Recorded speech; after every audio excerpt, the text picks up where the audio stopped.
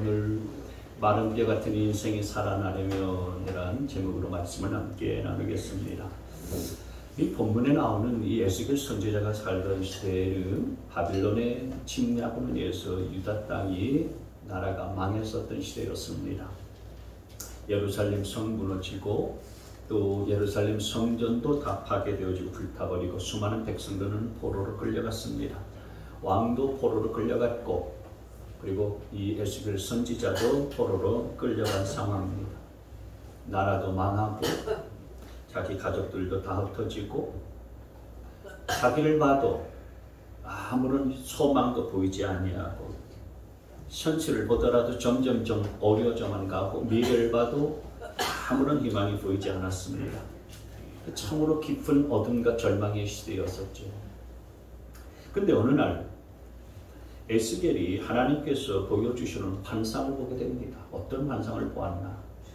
1절 말씀을 다시 한번 보시면 주님께서 권능으로 나를 사로잡으셨다.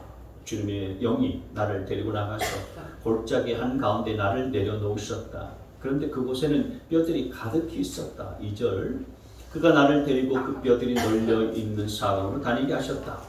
그 골짜기의 바닥에 뼈가 대단히 많았다 보니 그것들은 아주 말라 있었다. 하나님께서 에스겔을 어느 골짜기로 데리고 가셨어요. 근데 그 골짜기를 보니까 뼈들이 가득한 거예요. 사방에 뼈들이 그냥 널려 있는데 보니까 아주 말라 있었던 마른 뼈였었다라고 하는 것입니다. 이 뼈가 아주 말라 있었다라는 얘기는 가능성이 없다는 얘기죠. 완전히 죽어버렸다라고 하는 것입니다. 죽은 지가 오래됐다는 거예요. 그러니까 조금도 희망이 없는 상태다라고 하는 것입니다. 하나님께서는 에스겔에게 이 골짜기의 마른 뼈들을 보여주면서 이런 말씀을 하셨어요. 3절에 이 뼈들이 살아날 수 있겠느냐? 이렇게 물으셨어요. 여러분 같았으면요. 그 마른 뼈들을 보고서 이 뼈들이 살아날 수 있겠느냐 묻는다면 어떻게 대답하겠습니까?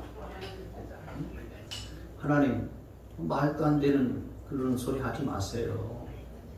뼈들이 어떻게 삽니까? 이렇게 아마 대답하고 싶겠지요? 그렇지 않습니까? 아주 말라 빠진 그 뼈. 방금 죽은 것도 아니고 이미 죽은 지 오래된 뼈이기 때문에 살아나겠느냐? 하나님, 마른 뼈가 어떻게 삽니까? 아마 우리는 그렇게 대답할 거예요. 그런데 에스겔은 하나님께서 아십니다. 이렇게 지혜롭게 대답을 했어요. 왜 하나님께서는 이런 질문을 하셨을까요? 이 뼈들이 살아날 수 있겠느냐? 이 질문을 하신 이유는 뭐겠습니까? 그건 하나님은 절망 가운데 있는 이 에스겔에게 소망을 가지라고 말씀을 하시는 거예요. 네. 포도된 상태 가운데 있으니 아무런 희망도 없고 소망도 없는 자 아니었겠습니까? 그런 상태 가운데서 무슨 희망이 있고 무슨 소망이 있겠습니까? 그러나 하나님은 그렇게 끌려간 포로 상태 가운데 있었음에도 불구하고 희망이 없는 상황 가운데도 불구하고 희망을 말씀을 하시는 거예요. 혹시 오늘 예배 가운데 오신 여러분들 가운데 내가 오늘 살아있는 것 같지만 에스겔 골짜기 이 마른 뼈같이 내 인생이 죽은 것 같다, 아무런 소망이 없다 이렇게 느끼시는 분이 계십니까? 오늘 하나님께서는 그런 분에게 소망을 주기를 원하신다는 사실들을 기억하시기를 바랍니다. 네. 여러분, 나는 희망도 없고 소망도 없다. 우리는 우리 자신을 그렇게 포기하고 싶지만은 그러나 하나님은 절대로 나를 포기하지 않는 분이라는 사실들을 기억하시기를 바랍니다. 네. 그래서 하나님에게 있어서는요, 절망이라는 게 없어요. 우리 하나님은 절망이라는 게 없습니다. 하나님은 우리에게 희망을 주시고 또 은혜 베푸시기를 기뻐하시는 분이라는 사실들을 믿으시기를 바랍니다. 네. 그래서 여러분, 정말 내가 마른 뼈 같은 인생이다라고 그렇게 느낀다면 오늘 이 말씀을 통해서 하나님께서 희망을 주실 때 그 희망을 되찾고 소망을 얻을 수 있는 시간이 될 수 있기를 바랍니다. 마른 뼈 같은 인생이 살아나려면 어떻게 되겠습니까? 첫째는 하나님의 말씀을 들어야 됩니다. 같이 한번 읽습니다. 시작. 하나님의 말씀을 들어야 한다. 4절 말씀해 보시면은 그가 내게 말씀하였다. 너는 이 뼈들에게 대언하여라. 너는 그것들에게 전하여라. 너희 마른 뼈들아, 너희는 나 주의 말을 들어라. 하나님께서 에스겔에게 마른 뼈들을 향하여서 하나님의 말씀을 들어라 하고 대언하라고 이렇게 분부하신 거예요. 방금 전에 죽은 뼈들도 아니고 이미 죽은 지 오래돼서 아주 말라 빠진 그런 뼈들을 향하여서 말씀을 대언하라고 하는 것입니다. 여러분, 죽은 지 오래된 그 뼈에게, 그래서 아주 말라 빠진 그런 뼈들에게 살아나라 그렇게 말한다고 해서 살아나겠습니까? 우리 상식에 근거해서 생각해보면 그것은 가능성이 제로예요. 그런데 에스겔은 그 말도 되지 아니하는 하나님의 말씀 앞에 그대로 순종했습니다. 그리고 선포합니다. 그랬더니 정말 아주 말라버리고 오래된 마른 뼈들이 살아나기 시작해요. 7절 말씀 같이 있습니다. 시작. 그래서 나는 명을 받은 대로 대언하였다. 내가 대언할 때에 무슨 소리가 났다 보니 그것은 뼈들이 서로 이어지는 요란한 소리였다. 8절. 내가 바라보고 있으니 그 뼈들 위에 힘줄이 뻗치고 살이 오르고 살 위로 살같이 덮였다. 그러나 그들 속에 생기가 없었다. 아멘. 여러분, 하나님은 말씀 한마디로 천지 만물을 창조하신 분이십니다. 하나님의 말씀은 불가능을 가능하게 만드십니다. 없는 것에서도 있게 만들어 주시고 하나님의 말씀은 죽은 자도 살리시는 능력의 말씀이라는 사실들을 기억하시길 바랍니다. 로마서 4장 말씀해 보시면 죽은 사람들을 살리시며 없는 것들을 불러내어 있는 것이 없게 있는 것이 되게 하시는 하나님. 죽은 사람도 살리고 없는 것들을 있게 하시는 하나님. 이 하나님의 말씀의 능력인 것입니다. 그러니 여러분, 아무리 큰 절망 속에 빠져 있다고 할지라도 하나님의 이 말씀을 듣고 이 말씀대로 순종하게 되어지면은 반드시 살아나는 것입니다. 여러분, 히브리서 말씀에 보면은요, 하나님의 말씀은 살아있고 힘이 있다라고 말씀을 했어요. 하나님의 말씀은 살아 역사하는 힘이 있는 것입니다. 에덴 동산에서 아담과 하와에게 하나님의 말씀을 뭐였습니까? 너 에덴 동산 중앙에 있는 나무의 실과는 따먹지 마라. 따먹으면 반드시 죽는다. 하나님의 말씀이었어요. 죽는다고 그랬어요. 근데 따먹었더니 정말 죽어버렸습니다. 말씀은 살아있고 말씀은 힘이 있고 능력이 있는 거예요. 그러니 여러분, 우리가 정말 마른 뼈 같은 내 인생이 살아나려면 이 하나님의 말씀을 듣고 하나님의 말씀을 붙들어야 된다는 사실들을 기억하시길 바랍니다. 정말 내가 힘들고 어렵고 내 인생이 그냥 죽을 것 같아도 여러분, 세상 것들을 붙잡고 살면은요 후회밖에 남지 않습니다. 하나님의 말씀이 나를 살리는 거예요. 말씀이 나를 살립니다. 한번 따라서 합시다. 하나님의 말씀이 나를 살린다. 시작. 하나님의 말씀이 나를 살린다. 믿으십니까? 네. 여러분, 이스라엘 백성들이 40년간의 광야 생활들을 마치고서 이제 가나안 땅을 목전에 두고서 하나님께서 모세를 통해서 해주신 말씀이 있었는데 이 말씀이었습니다. 신명기 4장 1절 말씀인데요. 이스라엘아, 이제 내가 너희에게 가르치는 규례와 법도를 듣고 준행하라. 그리하면 너희가 살 것이요 너희 조상의 하나님 여호와께서 너희에게 주시는 땅에 들어가서 그것을 얻게 되리라. 여기 보면 내가 너희에게 가르치는 규례와 법도를 듣고 준행하라. 규례와 법도는 곧 하나님의 말씀이에요. 하나님의 말씀을 듣고 준행하라, 지켜라. 그러면 너희가 어떻게 된다고 말씀했습니까? 산다라고 그렇게 말씀을 했습니다. 여러분, 지금 이스라엘 백성들은 광야 40년을 지나왔기 때문에 가나안 땅을 정복하려면 강력한 군대도 있어야 되고 무기도 있어야 되고 경제력도 뒷받침되어야 되는데 그런 것이 전혀 준비되지 않은 상태 가운데 있었어요. 광야 생활을 40년을 보냈는데 뭐가 있었겠습니까? 아무것도 없었습니다. 그런데 하나님께서 모세를 통해서 백성들에게 하여 주시는 말씀이 뭐냐면은 그런 것들이 준비되지 않았을지라도 내 말을 듣고 준행해라. 그러면은 너희가 산다. 그리고 너희에게 약속해준 그 가나안 땅에 들어가서 그것을 얻게 될 것이다. 그 가나안 땅을 차지하게 될 것이다. 하나님께서 이렇게 약속을 해주시는 거예요. 하나님의 말씀을 듣고 지키면 여러분 우리가 살게 되어지고 하나님이 예비하시는 복을 받아 누릴 수 있다는 사실들을 믿으시기를 바랍니다.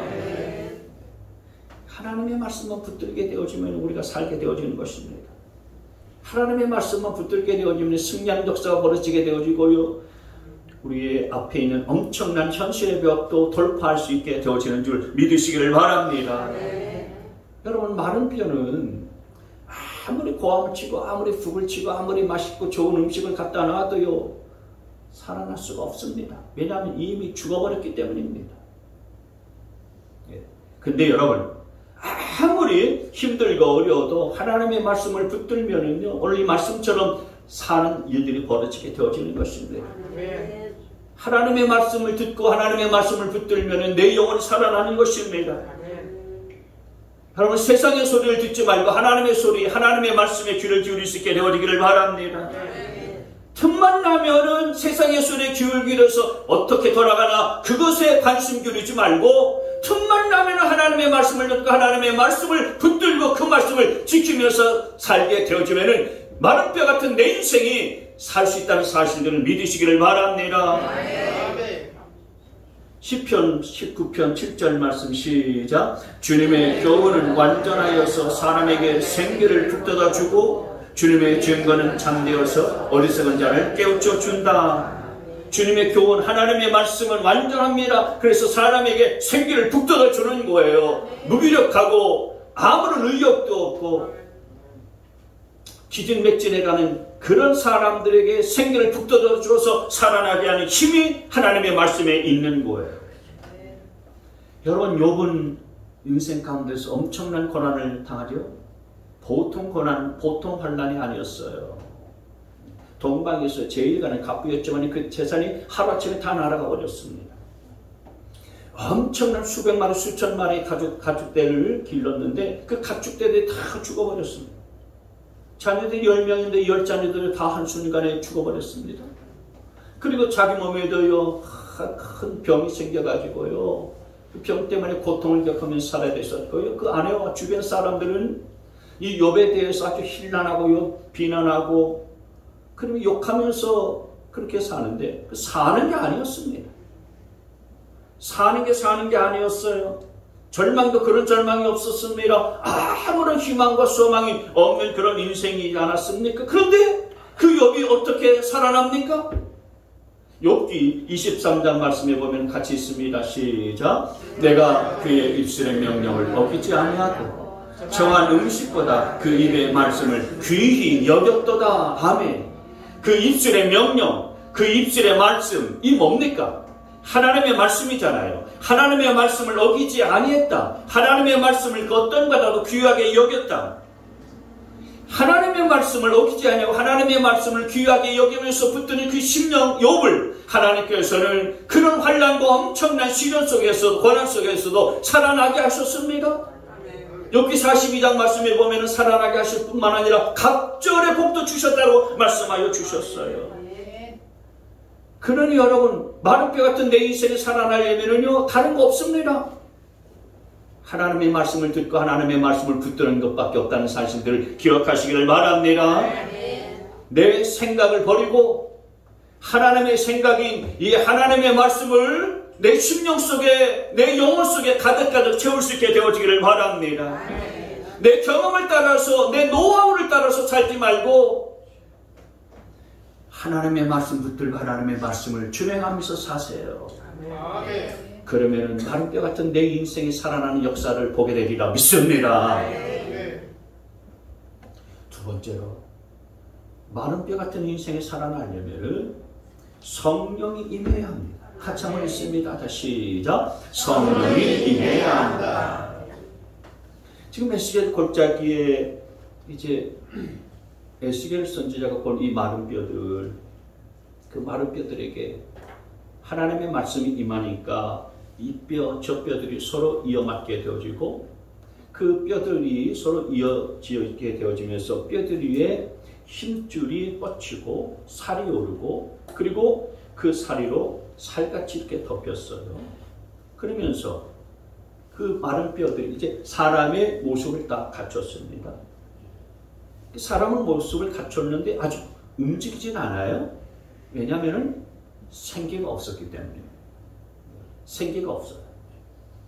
그래서 그때에 하나님께서 에스겔 선지자에게 이같이 말씀하셨어요. 9절입니다. 그때에 그가 내게 말씀하셨다. 사람아, 너는 생기에게 대언하여라. 생기에게 대언하여 이렇게 일러라. 나 주 하나님이 너에게 말한다. 너 생기야. 사방에서부터 불어와서 이 살해당한 사람들에게 불어서 그들이 살아나게 하여라. 10절. 시작. 그래서 내가 영을 받은 대로 대언하였더니 생기가 그들 속으로 들어갔고 그래서 그들이 곧 살아나 제 발로 일어나서 선대 엄청나게 큰 군대였다. 이 마른 뼈들에게 하나님의 말씀이 임하자 처음에는 사람의 모습을 딱 갖추면서 이 뼈들이 일어섰어요. 그런데 그 안에 생기가 없으니까 움직이지 않는 거예요. 그자 다시 하나님께서 말씀하신 대로 이 에스겔 선지자가 생기야 너 불어서 그 속에 들어가라 이렇게 명령하니까 이 사람의 형체만 있고 사람의 모습만 있는 이 마른 뼈들에게 생기가 들어가면서 그들이 살아나서 움직이고 그리고 그들이 활발하게 살아나는데 엄청나게 큰 군대를 이루었다. 이렇게 말하고 있어요. 이 본문에 나오는 생기는 히브리어로 루아흐라고 합니다. 루아흐. 이 루아흐는 성령을 말하는 거예요. 원래의 의미는 호흡, 바람. 이건데 이 루아흐는 사실은 성령이에요. 여러분 성경은 누가 썼습니까? 성령의 감동으로 성령이 쓰셨어요. 성령의 감동함을 입은 자들이 쓴 거거든요. 그렇기 때문에 사실은 성령님이 기록한 거라고 봐도 과언이 아니죠. 디모데후서 3장 16절에 보시면 모든 성경은 하나님의 영감으로 된 것으로 영감, 루아흐, 성령, 성령의 감동하심을 입은 자들이 쓴 거예요. 베드로후서 1장 예언은 언제든지 사람의 뜻에서 나온 것이 아니라 사람들이 성령에 이끌려서 하나님께로부터 오는 말씀을 받아서 한 것입니다. 성령에 이끌려서 성령의 감동을 받은 사람들이 성경을 쓴 거죠. 그렇기 때문에 이 성경은 이 하나님의 말씀을 공부를 많이 했다고 해서 이해하고 또 믿고 받아들일 수 있는 거 아니에요. 성령이 그 사람의 마음속에 있어야 이 성경 말씀도 이해할 수 있고요, 알 수 있게 되어지는 것입니다. 근데 그 사람 안에 성령이 없으면 아무리 그 사람이 신학 박사라고 할지라도 아무리 성경을 많이 읽었다라고 할지라도 성경을 이해할 수도 없고 믿을 수도 없고 알 수도 없어요. 여러분 사도행전 말씀에 초대교회 제자들과 그리고 성도들이 온갖 기적과 능력과 치유의 역사들을 경험하지 않습니까? 그리고 그들 안에 기쁨과 평강과 감사가 그런 혹독한 박해 속에서도 늘 차고 넘치지 않았습니까? 그런데 오늘날 교회는 왜 그런 게 없을까요? 왜 오늘날 교회는 늘 불안하고 두려워하고 걱정하고 근심하고 그리고 무능력하고 원망하고 불평이 가득합니까? 무슨 차이입니까? 그렇습니다. 성령의 차이인 것입니다. 성령이 내 안에 역사하지 아니하시면 내가 아무리 하나님의 말씀을 들어도요 그 말씀이 작동하지 않습니다. 그러나 성령이 역사하게 되려면 하나님의 말씀이 살아 움직이고요 그 말씀이 내 영혼을 움직이는 것입니다. 여러분에게 성령님이 역사하지 아니하게 되면 오늘 제가 하는 이 설교가요 지루하기 짝이 없습니다. 목사님 오늘 설교를 왜 이렇게 길게 하시지? 근데 성령이 역사하면은요, 목사님 오늘 설교가 왜 이렇게 짧아요? 그럽니다. 여러분, 성령이 역사하는 사람에게는요, 주일이 기다려집니다. 근데 성령이 역사하지 아니하면 벌써 주일 왔어? 또 교회 가야 돼? 성령이 역사하면요, 찬양 가운데 찬양하는 분들이 막 손을 들고 막 춤을 춥니다. 근데 성령님이 역사하지 아니하시면 찬양 시간에도요, 맹수합니다. 예배 시간에 막 눈물이 나오고요, 가슴이 벅찬 그런 감격이 있고 기쁨이 샘솟는 것은요, 성령님이 그 사람 안에 역사하기 때문에 그런 겁니다. 길 가는데도 어떤 사람이 막 불쑥 생각나고요, 그래서 길 가는데도 막 전화를 걸고 기도해주고 싶은 마음이 생기는 것, 성령님이 그분 안에 역사하시기 때문인 줄 믿으시기를 바랍니다. 그러나 아무리 내가 예수를 믿은 지 오래된다 할지라도요, 그 사람 안에 성령이 역사하지 아니하게 되어지면요, 그 사람은 진짜 예수 믿는 사람이 아닙니다. 이건 제 얘기가 아니고 성경에서 그렇게 말씀하고 있습니다. 로마서 8장 9절에 보십시오. 하나님의 영이 여러분 안에 살아 계시면 여러분은 육신 안에 있지 않고 성령 안에 있는 겁니다. 그러나 누구든지 그리스도의 영, 곧 성령이 없으면 그 사람은 그리스도의 사람이 아닙니다. 근데 이제 이런 말씀을 하게 되어지면 나는 그럼 내 안에 성령님이 안 계신가? 이러면서 걱정하시는 분들도 있고요, 또 고민하는 분들도 있을 겁니다. 네, 걱정하지 마세요. 우리가 정말 예수 그리스도를 나의 구주와 나의 주님으로 영접하고 모셔드리며, 그래서 예수님이 내 안에 들어오시면은 삼위일체 하나님, 성부, 성자, 성령님이 이미 내 안에 들어와 계신다는 사실들을 믿으시기 바랍니다. 그런데 문제는 뭐냐면은 그 성령님이 충만하냐, 충만하지 않냐, 그게 문제라는 거예요. 많은 성도들 안에 성령님이 계십니다만 그 성령님이 내 머리부터 발끝까지 완전히 지배하는 이 충만함으로 가득하지 않은 것이 문제라는 것입니다. 성령 충만하지 않으면 그 성령님이 계셔도요, 계신지 안 계신지 모르는 것입니다. 성령님을 사모하고 환영하면 누구든지 충만하게 거하시는 분이십니다. 그러니 여러분, 매일마다 기도할 때에 물론 다른 여러 필요를 구하는 기도도 중요하지만 정말 성령을 사모하시고요, 성령 충만할 수 있기를 구할 수 있게 되어지기를 바랍니다. 목사님 성령 충만한 거 어려워요. 그런 분들이 더러 있습니다. 어렵지 않습니다. 여러분, 성령 충만한 거 전혀 어렵지 않아요. 여러분, 욕심 충만한 거 어렵습니까? 안 어렵잖아요. 그냥 욕심, 이 욕심, 저 욕심 그냥 끌어당겨서 그냥 가득 채우면 욕심 충만해지지 않습니까? 걱정 충만한 거 어렵습니까? 이런 걱정 저런 걱정 다 끌어모아가지고 내 가슴속에 내 마음속에 채우면 걱정 충만해지잖아요. 그게 뭐 어렵습니까? 마찬가지입니다. 우리가 성령 충만한 것도 어렵지 않아요. 그냥 내 안에 성령님 환영합니다. 성령님 사모합니다. 내 안에 성령 충만하게 임하여 주십시오. 그러면은 성령 충만해진다는 사실들을 믿으시기를 바랍니다. 목사님이나 아니 기도 많이 하시고 권사님이나 성령 충만한 것이지, 나 같은 자는 성령 충만 어린 반푼대도 없지. 아니에요. 누구든지 사모하고 성령을 환영하는 자에게는 성령님이 그분 안에 충만하게 거하신다는 사실을 믿으시기를 바랍니다. 그래서 여러분, 예수 믿는 자의 삶은 흔히 생각하는 것처럼 내가 내 힘으로 최선을 다하여서 착한 삶을 사는 거 아니에요. 그건 불교입니다. 내가 내 노력으로 그리고 최선을 다하는 어떤 내 힘으로 어떻게 해보려고 하는 것은 내 공로에 불과한 것이지, 그건 기독교가 아니에요. 그렇다고 해서 뭐 마음대로 살고 막하게 살아도 괜찮다는 얘기냐? 그거 아닙니다. 예수 믿는 사람들의 삶은요, 성령 충만하지 않고서는 절대로 생기가 넘치는 기쁨의 삶을 살 수가 없어요. 여러분, 만약 예수 믿는 사람들이 내 힘으로 그리고 내가 최선을 다해서 사는 삶이 전부라고 한다면 우리 주님께서 승천하실 때에 보혜사 성령님이 너에게 줄 것이다 그렇게 약속하지 않으셨을 거예요. 주님께서는 그런데 우리에게 꼭 성령이 필요하기에 승천하실 때 뭐라고 말씀하셨습니까? 이 세상을 떠나면서 제자들에게 너희 성경 열심히 연구해라. 그렇게 말씀하지 않으셨습니다. 내가 떠나면은 너희를 도울 보혜사 성령님이 올 것이다.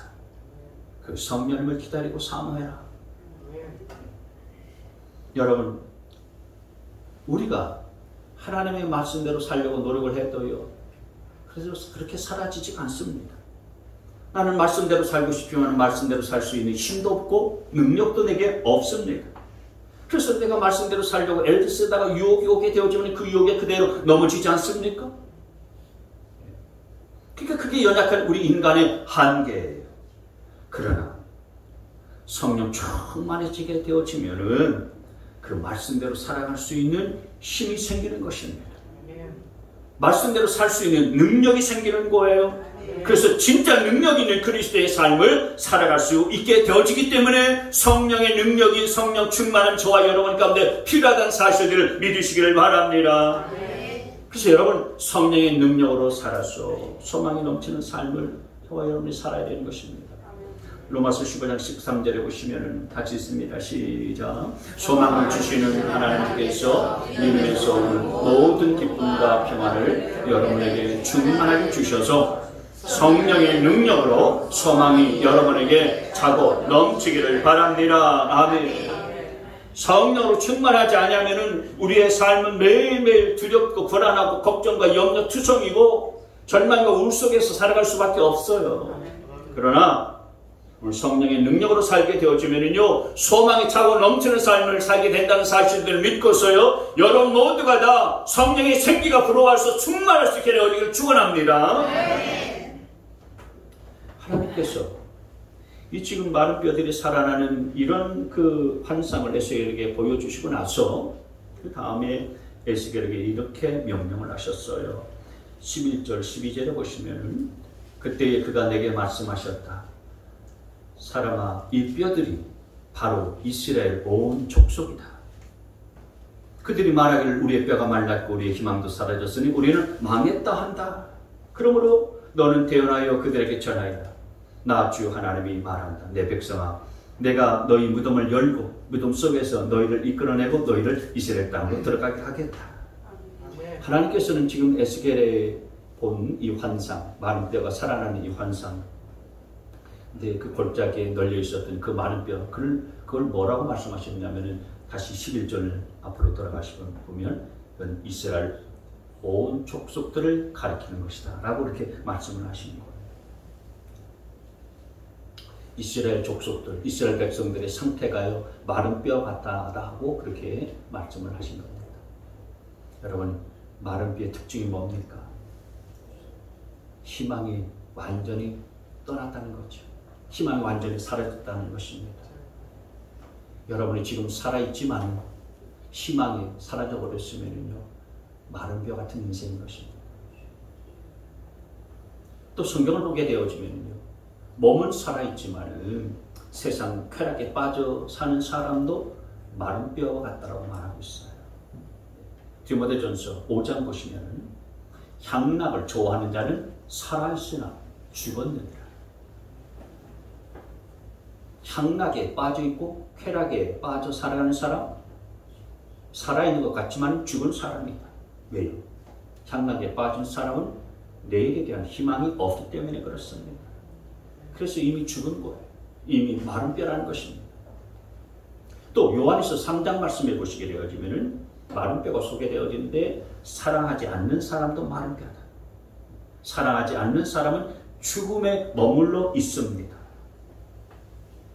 사람은 사랑을 해야 살아가는 맛도 나고 생기도 나고 기쁨도 있는데 사랑하지 않고 매일 미워하고 증오하고 화를 내면서 살아가면 그건 뭐와 같은가?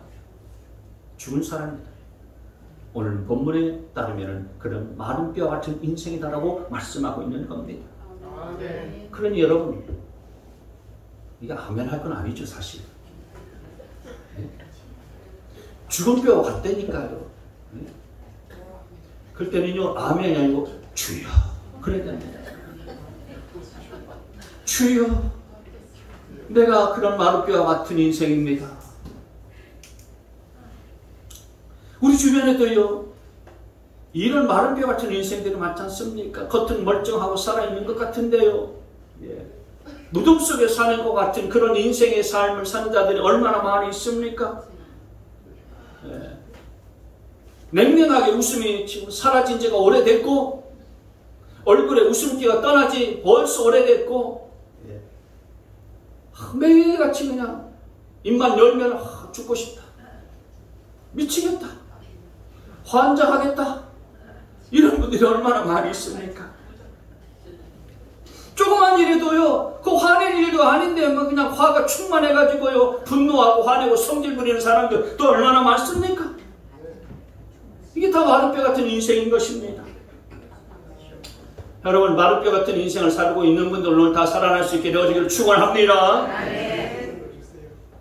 하나님은 오늘 에스겔에게 마룻뼈 같은 그렇게 희망 없이 살아가는 그런 자들에게 무덤을 열고 거기서 나오라고 대언하라는 말씀을 그렇게 하세요. 13절을 보시면, 내 백성아, 너희의 무덤을 열고 그 무덤 속에서 너희를 이끌어낼 그때야 비로소 너희는 내가 주인 줄 알 것이다. 14절, 내가 내 영을 너희 속에 두어서 너희가 살 수 있게 하고 너희를 너희 땅에 데려다가 놓겠으니 그때야 비로소 너희는 나 주가 말하고 그대로 이룬 줄을 알 것이다. 나 주의 말이다. 여기 14절 말씀에 내가 내 영을 너희 속에 두어서 너희가 살 수 있게 하고, 성령으로 인해서 마룻뼈들이 살아난다는 거죠. 그 다음에 너희를 너희 땅에 데려다 놓을 것이다. 무슨 말입니까? 바벨론의 포로가 된 이스라엘 백성들을 이제 다시 너희의 땅, 고국 땅, 예루살렘 땅으로 돌아가게 해줄 것이다. 포로에서부터 자유케 만들어 줄 것이다 라고 하는 하나님의 약속의 말씀인 거예요. 근데 이 약속의 말씀 그대로 하나님께서는 이스라엘 백성들을 이제 포로된 상태 가운데서 참 무덤같이 그렇게 죽은 그런 상태 가운데서 무덤문을 딱 열고서 고국 땅으로 돌아가게 하시는 그런 희망의 날들을 하나님께서 약속하셨을 뿐만 아니라 그 말씀 그대로 이루어 주셨어요. 사실 포로 상태로 살아갈 때 이스라엘 백성들에게서는 희망은 단 1%도 없었지 않습니까? 그런데 하나님께서 역사를 주관하시고 다스리시는 하나님께서 바사의 고레스 왕의 마음을 움직여서 이스라엘 백성들을 고국 땅으로 70년 만에 다시 돌아가게 하시는 놀라운 역사들을 행하셨어요. 그 하나님, 지금도 동일하게 일하시고 역사하시는 하나님이신 줄 믿으시기를 바랍니다. 여러분, 우리가 살아가면서 절망적인 때가 많습니다만 그 절망이 다가오게 되면 우리는 인생 끝이다라고 생각하는데 그거 아닙니다. 절망의 끝에 오늘 같은 하나님의 희망, 하나님의 은혜가 기다리고 있다는 사실들을 믿으시기를 바랍니다. 여러분, 동굴과 터널의 차이 아시죠? 동굴과 터널. 동굴은요, 가면 갈수록 더 깊은 동굴 속에 빠지고 맙니다. 그러나 터널은 가면 갈수록 어떻게 됩니까? 반드시 환한 빛이 비추게 되어져 있습니다. 터널은 그 끝자락에 환한 빛이 기다리고 있는 거예요. 희망이 있고요, 소망이 있는 것입니다. 그렇기 때문에 여러분, 우리 예수 믿는 사람들에게 있어서의 절망은요, 동굴이 아니고 터널입니다. 절망 끝자락에 희망의 빛이 비추고 있다는 사실들을 믿으시기를 바랍니다. 여러분 가운데 혹시 마른뼈 같은 인생을 살아가고 있는 분 계십니까? 계속 마른뼈 같은 인생으로 살지 않게 되어지기를 바랍니다. 거기에서 나와야 됩니다. 근데 내 힘으로는 거기에서 빠져나오기가 어렵습니다. 하나님의 은혜가 필요한 것입니다.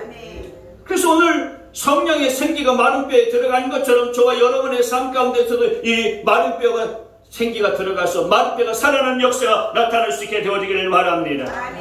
성령의 생기가 사람들을 무덤 속에서 열고 나온 것처럼 여러분들도 삶의 무덤 속에서 나와서 그 갇힌 곳에서 나와 살 수 있게 되어지기를 축원합니다. 여러분 삶이 마른 뼈같이 막 시들어가고 있습니까? 메말라가고 있습니까? 성령님을 사모하시고 성령님을 찾을 수 있게 되어지기를 바랍니다. 갑자기 살고 싶지 않다 이런 생각 들 때가 있습니까? 성령님을 찾으셔야 됩니다. 아멘. 갑자기 사는 게 구질구질하다 이렇게 느껴진 적이 있으십니까? 성령님을 찾으셔야 되는 것입니다. 아멘. 갑자기 마음이 텅 빈 것 같고 공허하고 허전합니까? 왜 내가 이렇게 살아야 되나? 이런 생각이 갇혀 있습니까? 술을 찾지 말고, 트로트 찾지 말고 성령님을 찾으시길 바랍니다. 성령님은 내게 생기를 주시고 나로 하여금 살아나게 만드시고요, 내 삶에 기쁨을 주시는 분이신 줄 믿으시길 바랍니다. 재작년인가요? 제가 무창포 침례교회 집회에 갔을 때 그 무창포 교회에 김기준 집사님 네 분이 계셨어요. 그때는 집사님이셨는데 지금 아마 장로님 되셨고 부인 집사님은 아마 권사님 되셨을 겁니다. 그 부인 권사님이 성함이 최은자 권사님이었어요. 근데 무창포에서 엄마 그 맛집이라고요. 엄마 술 맛집. 해수욕장 바로 앞에 이제 식당을 하시는데 무창포에서 제일 잘 나가는 맛집입니다. 제가 그 교회 담임 목사님을 지난주에 창원에 우리 모임 있을 때 만나 뵀는데 KBS 열린 음악회가 거기서 열리나 봐요. 그래서 그 스태프들이 다 수십 명이 된 스태프들이 그 권사님 식당에서 식사를 한다고 뭘 맞추고 이제 바로 내려가야 된다고 준비하는 일들을 도와드려야 돼서 내려가야 된다. 그렇게 말씀을 하시더라고요. 근데 이 권사님이 간, 폐, 위, 췌장 반밖에 없어요. 췌장암에 걸려가지고요, 췌장은 반을 떼냈습니다. 위암에 걸려가지고 위장도요 반 떼냈습니다. 쓸개는 아예 없고요, 십이지장도 없어요. 교통사고를, 큰 사고를 여러 번 당해가지고요, 몸이 만신창이가 된 적이 한두 번이 아닙니다. 남편 집사님도 위암 수술을 받았어요. 그러니까 몸이 성할 몸이 아닙니다. 마른 뼈, 아마 거기에 비할 바가 완전히 마른 뼈라고 하기엔 좀 그렇지만은 인생 그런 삶을 살아왔습니다. 몸이 그렇게 아픈데도 불구하고요, 열심히 장사하여서 열심히 일하고 번 돈 가지고서 하나님 앞에 11조 헌금을 셀 때 그때 가장 행복하다는 거예요. 헌금을 세가지고 봉투에 담고 주일까지 기다릴 수가 없어서 그냥 그것 가지고서 바로 교회 달려가서 하나님 앞에 드린다는 겁니다. 몸이 아프면 암이 한두 가지가 아니니까 아프면은요 어떻게 하느냐, 그냥 만사 제쳐놓고 장사 접고 기도하러 간답니다. 그래서 목사님, 자, 한 주간만 너무 아프니까 기도하고 올게요. 기도원 가서 기도하고 온대요. 그러면은 다시 목사님께 와서, 목사님, 하나님이 다 고쳐주셨어요. 다 나았어요. 그런다는 거예요. 아프면은 그냥 하나님 앞에 엎드리고 하나님 앞에 가서 그냥 하나님 앞에 울며 불며 기도한다는 겁니다. 그리고 나서 목사님 다 나았어요. 그게 한두 번이 아니라는 거예요. 며칠이고 금식하면서 그렇게 기도하고 하나님 앞에 매달리다 보면 하나님이 다 고쳐주시더라는 것입니다. 건강하게 지금 멀쩡하게 잘 살고 계세요. 늘 그렇게 기도하는데도 기도가 부족하면 장사하는 일이 얼마나 힘듭니까? 식당하는 게 얼마나 고달픕니까? 근데 다 마치고서 그날 밤에 하나님이 전에 와가지고요, 밤새도록 기도하고 잠깐 쪽잠 자고 또 일하고 기적 같은 삶을 사는 거예요. 성령이 그를 주관하고 성령이 그를 붙드니까요, 그런 기적의 삶을 사는 겁니다. 여러분, 어떻게 하면 마른 뼈 같은 인생 살아날 수 있습니까? 마른 뼈 같은 인생 살아나려면 하나님의 말씀 들어야 됩니다. 주변에서 들리는 부정적인 생각, 부정적인 이야기들에 귀를 기울이지 말고 하나님의 말씀을 들을 수 있게 되어지기를 바랍니다. 하나님의 말씀이 우리를 살려요. 하나님의 말씀이 내 영혼을 살리는 것입니다. 하나님의 말씀을 듣게 되어지면 희망이 막 생기는 것입니다. 소망이 막 솟구치는 거예요. 그래서 내가 너무 힘들다. 나 참 죽고 싶다. 이런 생각이 들면은 그냥 하나님의 말씀을 붙들고 읽을 수 있게 되어지기를 바랍니다. 규례와 법들을 지키고 준행하면 너희가 살 것이요 라고 했으니까 사는 비결을 하나님의 말씀을 듣고 하나님의 말씀을 붙드는 길에 있음을 믿으시기를 바랍니다. 또 한 가지, 마르페 같은 내 인생 살아나려면 다른 거 없습니다. 성령으로 충만해져야 되니까 늘 성령을 구하시고 성령을 사모하시고 환영할 수 있게 되어지기를 바랍니다. 내가 성령으로 충만하게 되어지면 나를 넘어뜨리려고 하는 악한 세력들이 무너지게 되는 것입니다. 나를 유혹으로 쓰러뜨리는 어둠의 세력들이 쫓겨나가게 되어지는 것입니다. 귀신들이 한 길로 왔다가 7길로 쫓겨나가는 역사도 벌어지게 되어지는 줄 믿습니다. 나는 약하지만 성령은 강하신 분이기 때문에 약한 자로 서는 역사들이 벌어지게 되어지는 줄 믿습니다. 혼돈과 공허가 그리고 무질서 가운데 있을지라도 하나님 나를 평강으로 주장하시고 질서 있게 내 인생을 세워주시는 것입니다. 저와 여러분 모두가 다 하나님의 말씀과 성령으로 무장하여서 그리스도의 강력한 군사가 되실 수 있게 주님의 이름으로 축원합니다.